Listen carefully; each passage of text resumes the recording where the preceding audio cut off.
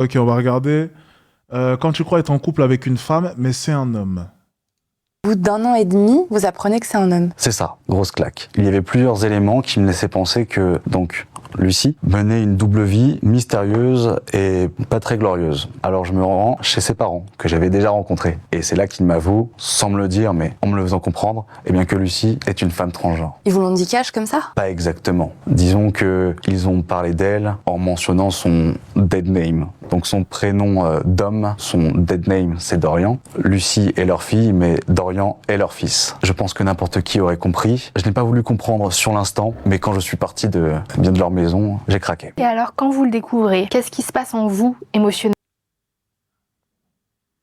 That's crazy.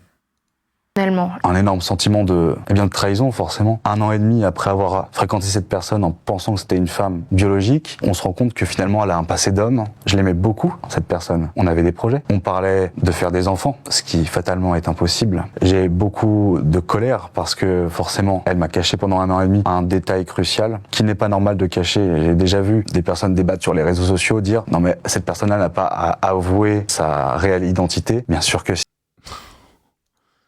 Il y a ces 3 émotions, donc l'amour, la peine et la colère. Forcément, je dis pas que je deviens fou, mais pas loin. C'est-à-dire que je suis dans ma voiture et là je crie son vrai nom, comme pour l'imprimer et comme pour exprimer également mon rejet, confronté aussi au manque en fait, parce qu'on sait déjà qu'on va la quitter. On sait déjà qu'on va quitter cette personne. Il y a eu beaucoup de mensonges de la part de Lucie. Énormément. Non seulement, eh bien, c'est une personne trans, c'est une personne qui est de nature très très infidèle, qui est prostituée. Ça c'est terrible ça. Découvrir qu'on est avec une femme prostituée, non seulement c'est de l'infidélité professionnelle, mais en plus, j'ai personnellement peu de considération pour les femmes qui choisissent de se prostituer.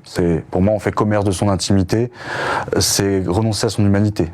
Et j'ai très peu de considération pour les personnes qui le font volontairement. Elle est également droguée. C'est crazy. C'est crazy. Forcément, je viens de parler de prostitution, ça va avec. Et donc là, pour supporter à la fois la prostitution, le changement d'identité, en plus je vous apprendrai rien en vous disant que dans le milieu LGBT, dans les boîtes LGBT, etc., la drogue, c'est quelque chose qui circule beaucoup. Tous les facteurs étaient réunis en fait. Et forcément, comme elle tient à présenter une image parfaite d'elle, même dans ses mensonges, elle va s'inventer des écoles prestigieuses, etc. Alors forcément, l'écart entre la réalité et ce qu'on a au final, il est immense. Eh bien, je décide de rompre. Mais je peux pas. Elle m'a menti pendant 1 an et demi et je vais être honnête, je n'ai pas envie de faire ma vie avec une personne trans. J'ai vu une photo d'elle, alors je ne sais pas à quel âge, je dirais la vingtaine peut-être, avant toutes ces opérations. Quand on voit la photo, on associe le visage à la personne qu'on a fréquenté 1 an et demi. J'essaie d'être correct, mais il y a un malaise intérieur énorme. J'ai eu une nausée instantanée. Vous écrivez que malgré le fait que Lucie soit un homme et donc que vous venez de le découvrir, vous avez un nouveau rapport sexuel avec cette personne. Vous écrivez « Je suis en train de faire l'amour dans le reste d'un pénis, quoi. Un pénis reconstitué en pseudo-vagin. » Vous ressentez quoi à ce moment-là? Du dégoût. Je suis un peu cru, je sais, mais on a le temps, en apprenant qu'elle est transgenre, et avant de la revoir, on a le temps en fait de regarder l'opération de la vaginoplastie, voir comment il transforme bien le matériel masculin en pseudo-vagin, donc c'est une boucherie, c'est une charcuterie, et savoir qu'on est là-dedans, ça retournerait n'importe qui, je pense. Et comment ça se fait, en fait, que vous recouchez avec elle? Eh bien, en fait, la rupture est prononcée. Pour autant, 1 an et demi d'amour, on n'efface pas ça en un claquement de doigts. Alors forcément, à un moment, je suis pris d'une crise d'angoisse parce que la situation est terrible, elle me manque atrocement. Je lui demande de venir chez moi, on essaye de se revoir, on se dit qu'on va trouver des solutions parce que j'étais très amoureux de cette personne, je l'aimais beaucoup, beaucoup. J'ai beaucoup de raisons de l'aimer. Alors forcément, ça fait partie de l'amour, on se rapproche encore physiquement, on essaye de faire comme si de rien n'était, mais ça marche pas. Au bout d'un an et demi,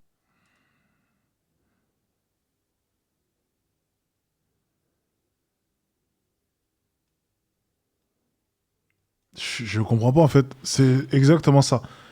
Ils ont fait 1 an et demi, 2 ans, 1 an et demi. Pendant 1 an et demi, ils s'en est pas rendu compte. Attendez les gars, non, c'est impossible.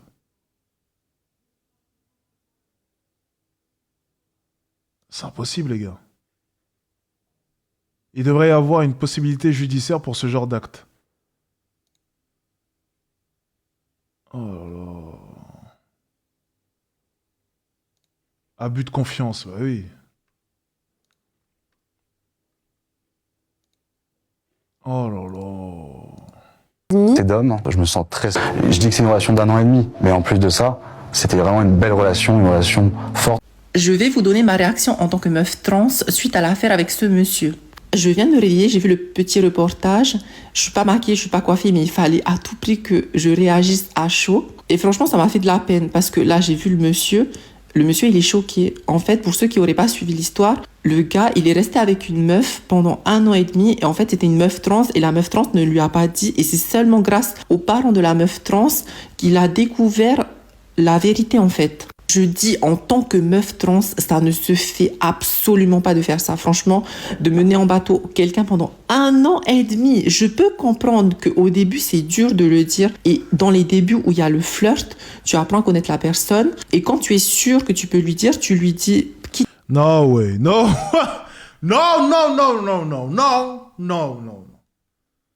No, no, no. No, no, no, no.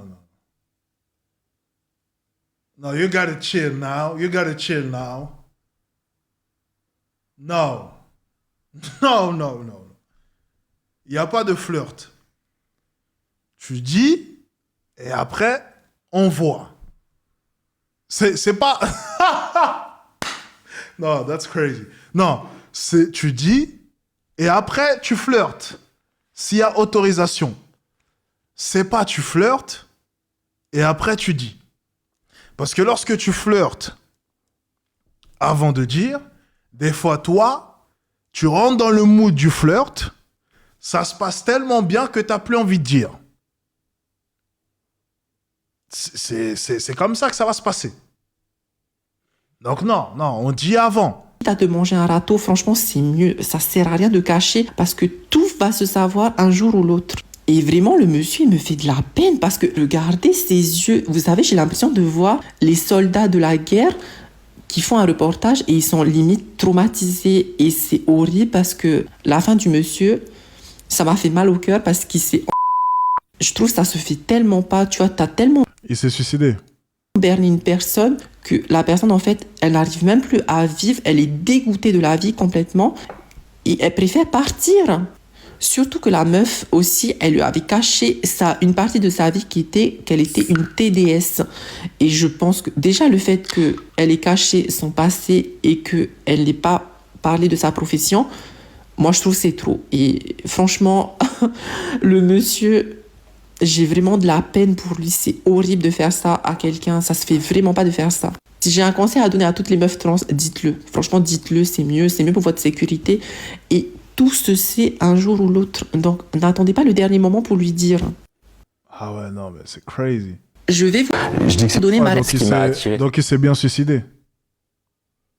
Oh là là. Oh, c'est crazy.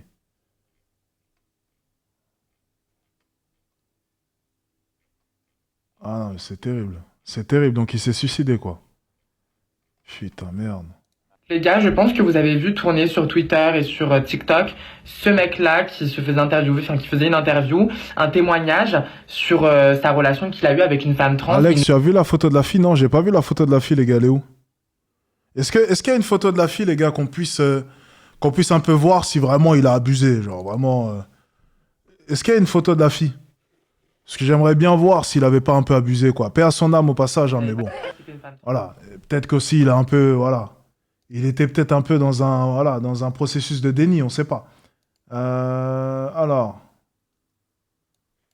Je vais essayer de voir.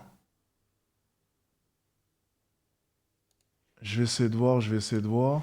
Il s'appelle Lites. Putain, c'est original comme prénom, ça. Attendez, hop là. Lites.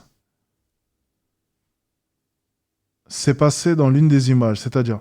Normalement, il y a sur Twitter, ok, Lites Dorian. C'est ça? Non, c'est pas ça. Lites suicide.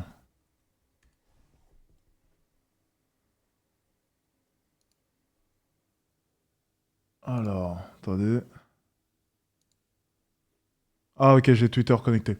Lites avait demandé... Attendez, on en sait un peu plus là, c'est quoi ça? Lites avait demandé à retirer son interview car il sortait avec une femme trans. L'idéologie meurtrière de Stern et Muto les a poussés a publié l'interview malgré tout. Il s'est suicidé, tout le monde doit savoir. C'est avec une profonde tristesse que nous avons appris.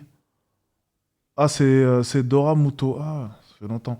C'est avec une tristesse que nous avons appris le décès aujourd'hui de Litès, un jeune homme qui était venu témoigner sur notre chaîne YouTube.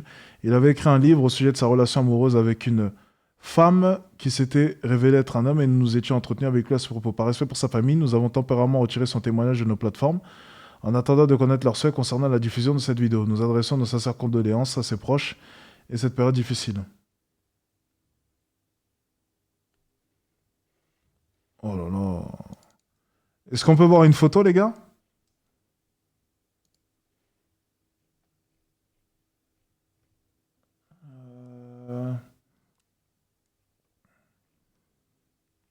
Alors, voyons voir. Voyons voir. Donc, Litès. Litès. Ok, attendez. On va essayer de trouver, hein.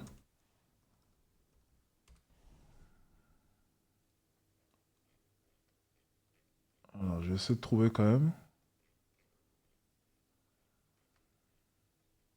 Ah, je trouve pas la photo. Je trouve pas la photo, les gars. Je trouve pas la photo. Dommage. Écoutez, dommage. Ah, ils ont retrouvé la photo. C'est bon, les gars, on a la photo. On a la photo, les gars. On a la photo, c'est bon.